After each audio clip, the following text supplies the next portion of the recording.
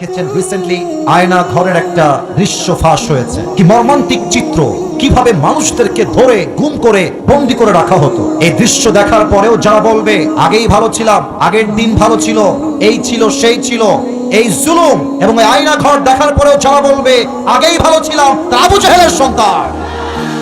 কিভাবে মানুষকে কারেন্টের শক দেওয়া হতো, সে চেয়ারটা আমি আজকে দেখলাম ফেসবুকে। মানুষকে দুই হাত এইভাবে বেঁধে দিয়ে কারেন্টের শক দেওয়া হতো। অসহায় মানুষগুলো চিৎকার করতো। ছোট্ট একটা বাথরুম দিয়েছে, ইস, একজন সেনা, দেশের একজন সোলজার, তাকেও সেখানে গুম করে আটকে রাখা হয়েছিল।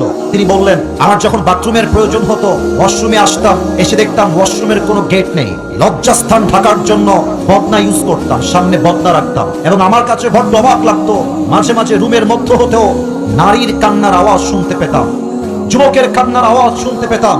এটা প্রমাণ করছে 5 আগস্টের পূর্বে হাজার হাজার মানুষকে নির্বিচারে হত্যা করা হয়েছে জয়পুরহাটের ভাড়া।